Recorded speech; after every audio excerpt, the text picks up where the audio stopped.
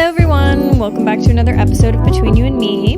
How have you guys been? How are you feeling? How's your health? How's your physical health? How's your mental health? How's your emotional health? How are we doing? Might just be a good time right now to check in on yourself.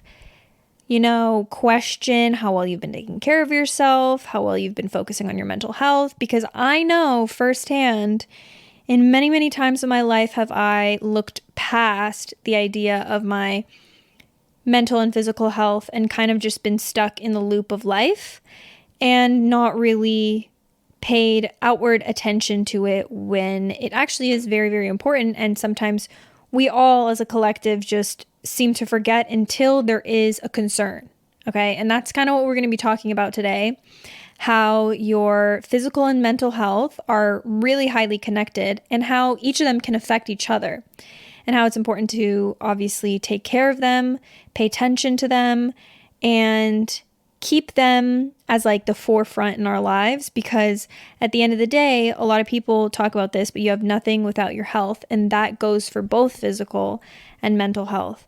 Without these two really important elements of your life, everything else lacks. Like you can have the biggest love of your life, you can have the best job in the world, you can have the most loving family and supportive family, but you can't really live any of those out to their greatest potential without your health, mental and physical. That's what we're going to be talking about today. I'm going to talk about my experiences with it, especially recently, which is why the subject even came up as something that I wanted to talk about, because I feel like I've almost been hit with like a sign of sorts to really start to pay more attention to this in terms of how my mental health affects my physical health and vice versa.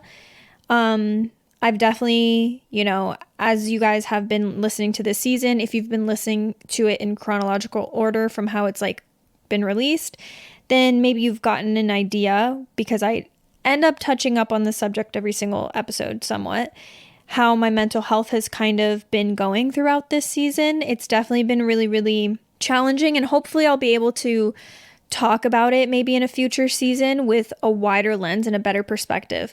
If I got into it right now, there wouldn't be much advice I'd be able to give you, unfortunately, because I don't think I've like made it through this patch of like healing in terms of mental health and in terms of like the struggles that I'm going through at the moment. I definitely feel like I am improving, but it's a day by day journey, and it's something that I have to cope with and work through and accept and do the best that I can every single day. And yeah, if you guys are kind of clueless, I just have a lot of anxiety, which has been the forefront of my life for, I want to say, like the past couple months. And it stems from a lot of different things. It's really centered around like myself, my relationship with myself, and the kind of, you could say, existential crises of life, my successes, my relationships, my identity, a lot of big thoughts and a lot of overthinking, rumination, and then that can lead to a lot of stress and anxiety, which is what I've been dealing with recently. Now, before we hop into this episode, like I say every single episode, I want you guys to check out the merch. It's probably like annoying for me to keep saying this, but I did just end up hosting a giveaway, and one lucky person was able to take a piece of merch home with them. They got that, so that was really fun to do, and hopefully I can do more of those in the future. But if you haven't yourself checked out the merch, it will be in the show notes. It'll also be on my Instagram at Between You and Me Podcast in the links. We have hoodies, tote bags, shirts, all with very near and dear quotes to myself, and I designed and made them and did everything myself. So if you want to go support the podcast, support me, check it out. Also my Instagram at hey_it's_Alex_XO. Little update on my social media, maybe, if you guys care. I am still on YouTube, kind of. I'm still doing my best to create content on there, but as you guys know, my kind of personal life and mental health has obviously taken a priority over this in terms of like work, which is also why the podcast episodes had a longer break than usual. There's just a lot going on exterior wise, and I know all of you guys who have like seen me post about this or seen me or listened to episodes where I talk about it have always reassured me, and I find it very sweet and nice that you guys are saying like, make sure you take care of yourself. We'll be here. You know, we love the podcast, et cetera, et cetera. And I really do appreciate it. I read a lot of the DMs, even if I don't respond. So I want to let you guys know I do appreciate it a lot. But yeah, let's just get into what I wanted to talk about today. Obviously, I gave you guys a little introduction of why this subject is applicable to myself right now in the moment. And definitely one of the biggest things that can affect your health and does affect your health is stress. And the idea of a healthy mind and body at the end of the day is everyone's goal. Like I mentioned, a lot of the times it does go unnoticed though. Sometimes your mental health is so deeply neglected, and we only really start to notice how it affects us when you start to see things happen in your physical health. Now, me as a person, I'm extremely self-aware, I want to say, to a certain extent when it comes to when I feel like my mental health is declining. And that's probably just because I experience anxiety. Some people who might not experience anxiety, maybe if you experience subtler things that tell you that your mental health is not completely in check. But for me, because the end result from like constant amount of stress on myself or a constant amount of overthinking or just a lot of negative thoughts happening very consistently in my life, the end result will be anxiety, and anxiety is very, very hard to ignore. For me, it gets to a point when I feel like I am experiencing a lot of anxiety that I get that little bell that's like, oh, hey, Alex, like you've kind of been neglecting your mental health. You kind of haven't really been prioritizing it. You haven't been taking care of yourself to the best of your ability when it comes to your mental health. And it basically is a big like red flag that I'm like, oh shit, okay, I got to handle this. I need to like get a grasp on it again. I need to like work on it. And the unfortunate part, but also I feel like very common part about all of this is that if you are someone like myself who does struggle with kind of like a consistent issue when it comes to your mental health, you do have to keep up a level of maintenance. Let's say you have to keep a level of paying attention to it, paying attention to balancing, paying attention to what things trigger you in your environment, in your life, and how you can keep everything in check to have overall balance within your mind and within your body. And, you know, some people who may not be diagnosed with any kind of mental illness or anything that affects their mental health, then, you know, maybe they don't have to do that as much. But I still do think, regardless of the state of your anxiety, depression, whatever else it is that you might deal with, it is 1,000% important to give yourself allotted time to actually continue maintaining a positive mindset, regardless of anything else. So like I mentioned, usually you start to pay attention to your mental health once you realize that maybe you've been neglecting it. And for the most part, it will kind of manifest into physical issues. And sometimes even people who are not self-aware enough of their own mental health or of the amount of stress that they're taking in their life will not even notice the effects of their mental health until it reaches some kind of manifestation into their physical health. What I mean by that is, we'll get into how stress can do this, but at a certain point, with consistent stress or consistent overwhelm, consistent anxiety, consistent negative thoughts, you do end up feeling some kind of like issue that goes on in your body. And it can range between a bunch of different things, but something just as simple as a constant headache, a constant, pain somewhere, and there might be no answer for it. You go to the doctor, you get checked out. Traditional doctors don't look at things as holistically as me personally I'd like them to. Some doctors do, which is great. But I think that a lot of doctors will initially go straight to what is the medical reason for this and not what could be the holistic reason for this. And by that, it's like everything that's going on in your psyche as well, even in your environment, whatever it might be. So sometimes there aren't clear answers to why this is happening, but they can be manifestations of constant overwhelm, constant stress. And that's how sometimes I feel like people open their eyes to the idea of, oh, okay, like the amount of stress that I've been going through or anxiety has started to take a toll on my body. And normally, hopefully, that's when people start to want to make a change. So for me, over the past couple months, when I reflect on how I feel like I've gotten into this more anxious period of my life, it's come from a lot of negative thinking. And now looking at it from like a wider lens, because I've kind of been experiencing this for a while, so a lot of reflection has been going into it.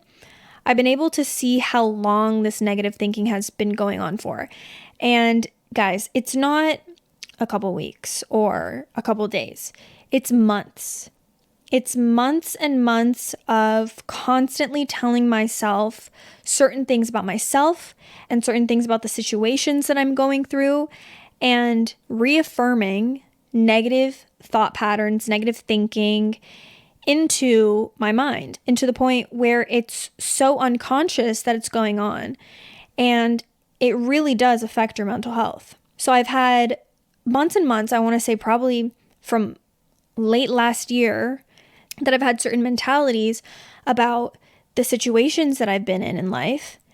And the only thing keeping me from experiencing the anxiety in those moments were the fact that I had a very positive exterior life at the time. And I'm not saying my exterior life has gotten negative, but I'm saying things have changed. And I've definitely had, hard experiences in my environment or in my like exterior life that has made it more challenging for me to find positivity in my exterior life. Does that make sense? I don't know if I'm explaining that properly. What I'm saying is everything was very smooth sailing for me in my exterior life. So the negative thoughts that were going on internally weren't affecting me as much as in the past couple months when external situations started to feel negative as well. If conflicts were to happen, if issues were to happen, if things didn't go exactly within my plan, things like that. Even especially throughout the beginning of the year, I had to deal with a lot of seasonal depression. So, your exterior world was not as sunny and bright and beautiful. And, there were situations that kind of piled on top of the negativity within your mind. And that's when everything started to slowly spiral downwards into the area where I felt an overwhelm of anxiety. And that's when I started to become very aware of the negative thoughts. Prior to that, they were really, really unconscious. They were really ingrained into me, ingrained to how I thought, and affecting my mental health without me really being aware of it. Once the anxiety started, then I was able to be more aware of it, but it becomes more difficult at that point because I have already had months and months and months of thinking in a really negative mindset about certain situations that were going on in my life. Anything from my career to my relationship to things that were going on internally inside of me. Like I said before, my identity, who I was as a person. These were the types of things that I was speaking so negatively to myself unconsciously. And then when things that were happening around me, arguments, issues, disappointments, things like that, it piled up on top of each other to the point where I started to realize I was not taking very good care of my mental health at all. For me, I feel like my physical health went hand in hand with my mental health initially, because as I felt more and more stress and anxiety, I slowed down on the things that I was doing to take care of my physical health. So it almost hindered me from wanting to do things that I knew would make me feel better. And unfortunately, that's what happens a lot of the time because we lose our drive, we lose our motivation, and we lose good feelings that we have that actually keep us dedicated to certain things that we do to take care of ourselves. That goes anywhere from paying as much attention to like your skincare, going to the gym, little things that were more obvious to me that might not apply to everyone, but even just getting my nails done, I wouldn't do anymore. I wouldn't go out of my way to spend time with my friends. I wouldn't do things that I knew would make me happy because I didn't have that drive inside of me to want to even do it because my mental health had already declined. So in terms of taking care of my physical health and going to the gym and eating well and, focusing on routine, I neglected those two. So at the end of the day, I think what happened here is my mental health quickly declined without me truly understanding it until I felt a lot of anxiety.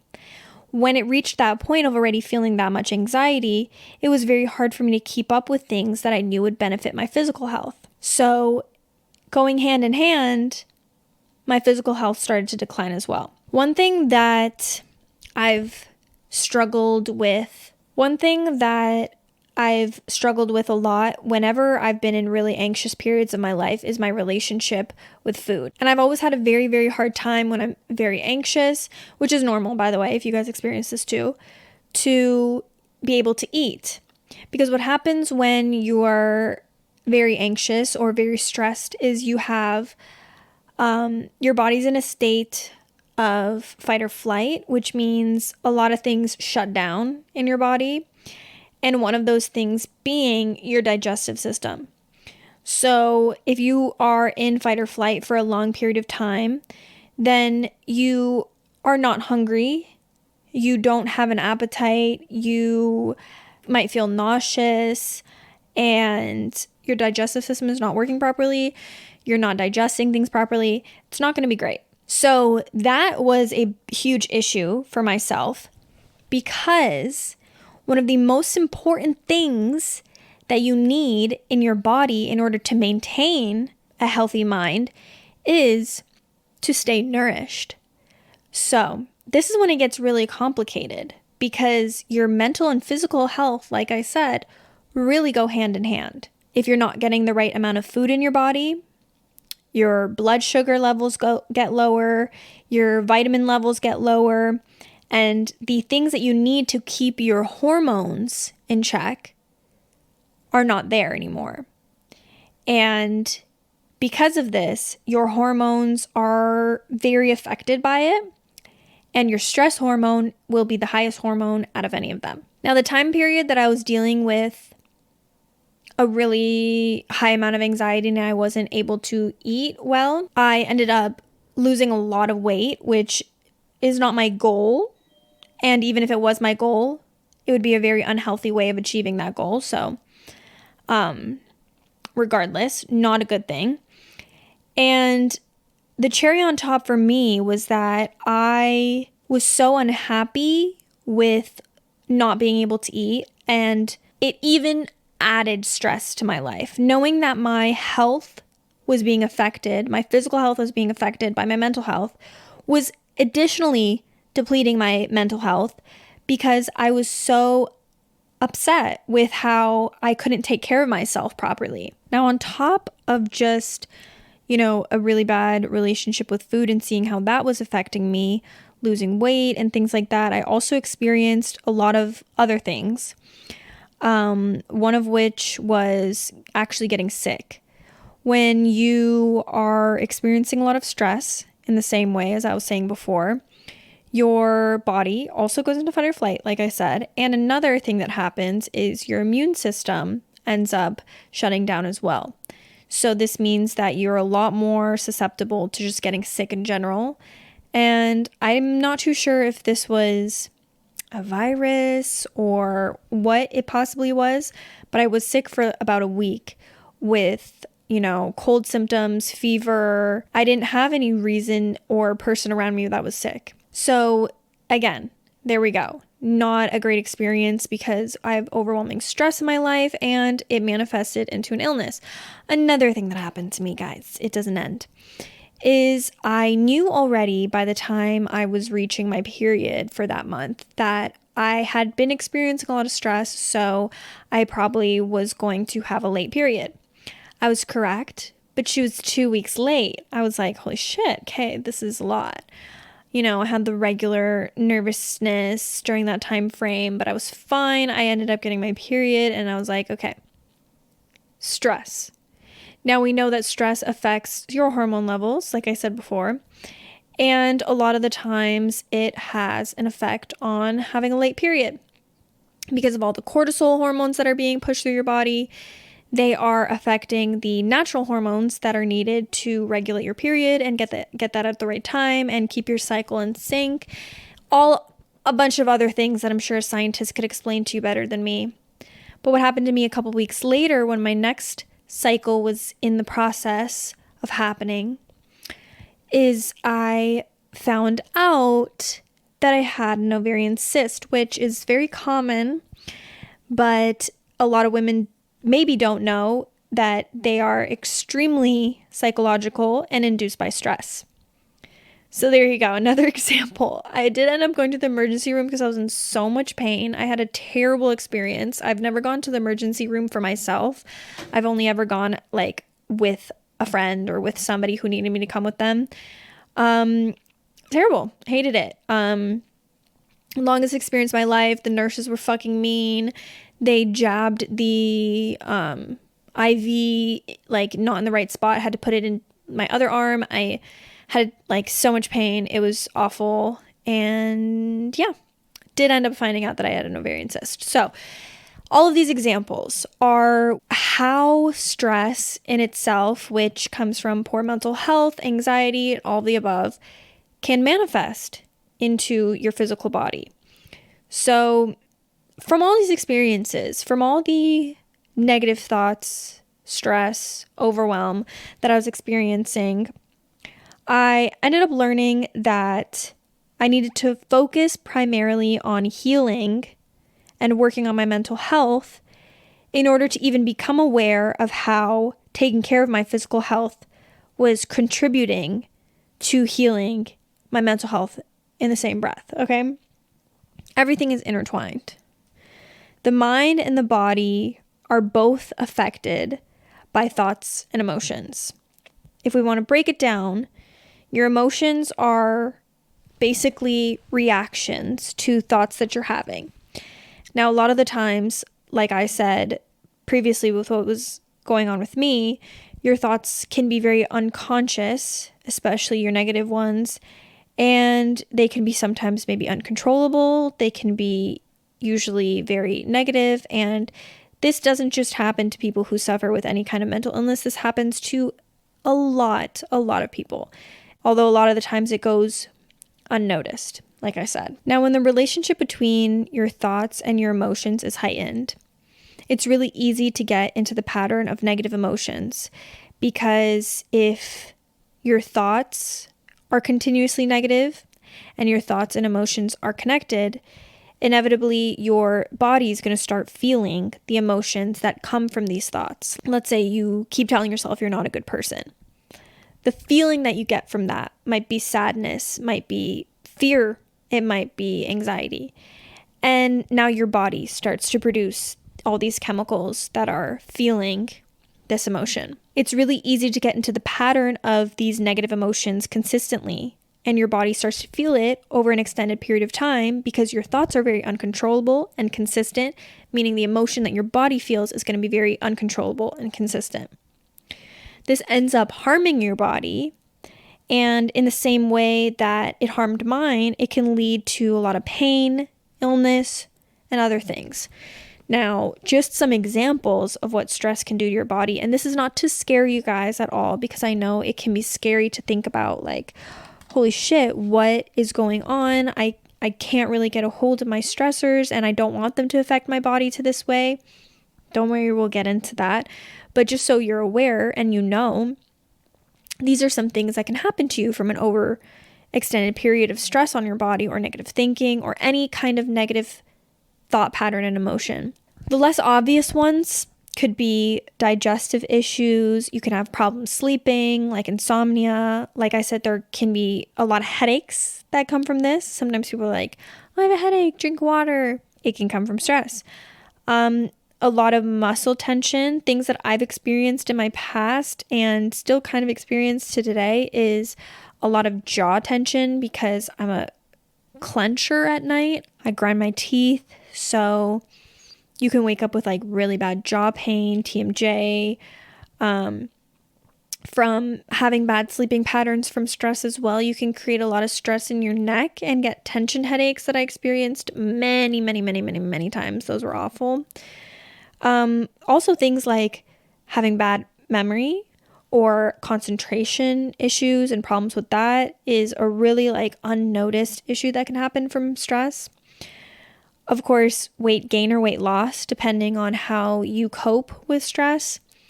And a little bit more serious, you can end up having high blood pressure from an overextended period of stress, and sometimes this can lead to heart disease or strokes.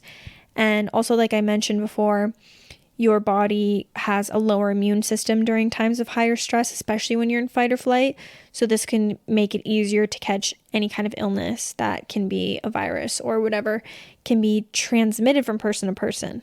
So, like I said, I wasn't just going to give you some spooky things and things that would be scary and all the negatives about this without telling you what you should do about it. Because this is the portion of life I'm on. So we're going to do it together. Because I am making it such a priority now in my life, and hopefully I won't need any more reminders. God, okay? I understand I do need to take a better and closer look and step into taking care of my mental health, which I very much am doing, but then also taking the same exact steps to take care of my physical health, which will in turn help keep my mental health in a better state as well. Now remember that this is a process, so don't beat yourself up if you feel like your mental health isn't immediately shooting up to the sky and feeling amazing. Chances are you're similar to me and you were in a period of your life where you weren't even very aware of how negative maybe your mental health had become. So it's not that easy to just, flip it the other way and start having the best mental health you've ever had in your life. Now, I'd probably say the best option for you would be to identify what these stressors are in your life, what the situations that are bringing you more stress, what your expectations are of these situations, how you're looking at the situation as well. Is it from a very negative lens? Can you start looking at it from a more positive lens?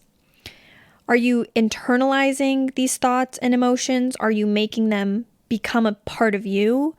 I know definitely during my process of anxiety, I internalized every single anxious thought. I internalized every, negative piece of thinking. I had a very, very low moment where I was just so down about the way that I was feeling. So it's like an additional negative piece on top of the poor mental health that you already have. Please don't do that. I experienced it. It wasn't good. Even if you're feeling bad, don't feel bad that you're feeling bad. Okay?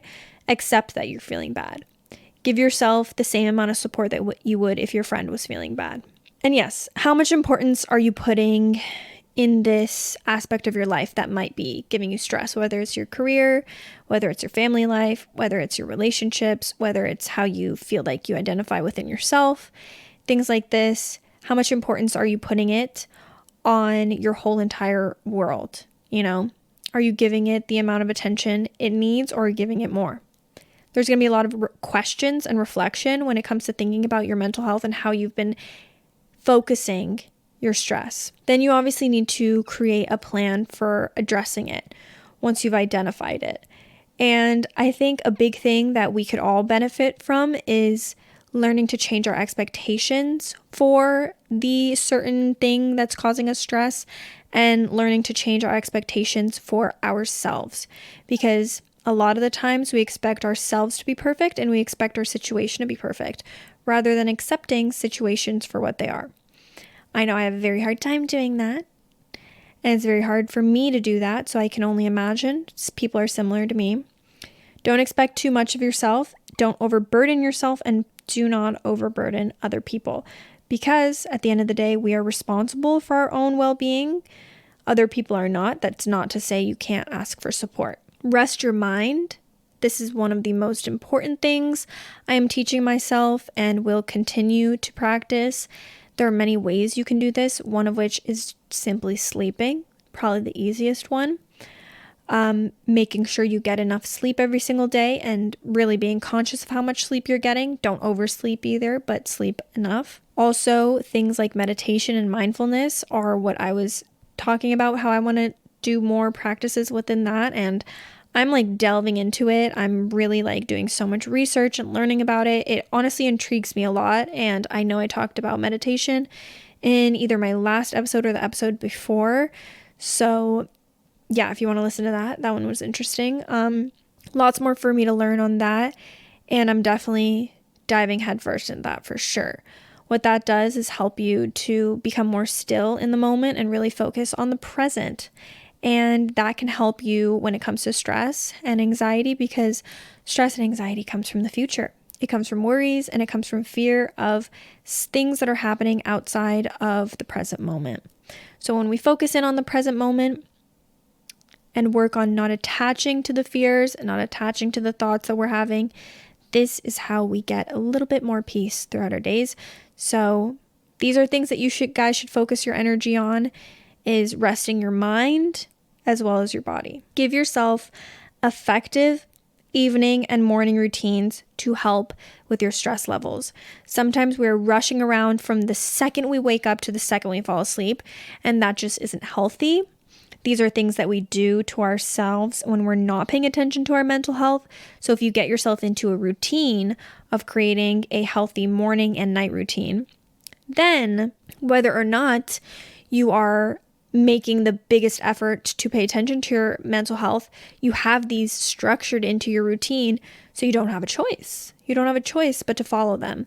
And by following them, you're giving yourself better patterns to slow down in the evenings and slow down in the morning before you get into the ruckus of the day. I also think during challenging times when it comes to your mental health, it's very important to rely on discipline, because sometimes it can be a little bit too hard to rely on will. From my experience, I had zero willpower, but then unfortunately zero discipline as well. Because prior to the anxiety that I was experiencing, I was already lacking a lot of discipline within my life. So, of course, it doesn't come from thin air. You have to build discipline. And when it comes to things like depression, it is really hard to tell yourself that you should do something when you don't have the willpower to do it. And that's why discipline comes into check. If you've created, once again, routine within discipline, then you feel like you have to do something, which gives you almost no choice. And things that you should do with discipline is exercise for at least 10 minutes a day. This is something that you have heard a million times, and I think some of the most peaceful times of my life was when I was regularly exercising. So there's something in saying that. And consuming food that is good for you, removing junk food, high sugar, caffeine too, if that affects your stress level. Me, for one, I definitely get higher stress from caffeine. I think my body is very sensitive to it. Although when I'm not in higher stress or anxiety, it's completely doesn't faze me. So it's interesting. It can be a signal sometimes in your body when you feel like, why am I feeling anxious after having a coffee? Maybe the mental health is not doing too great.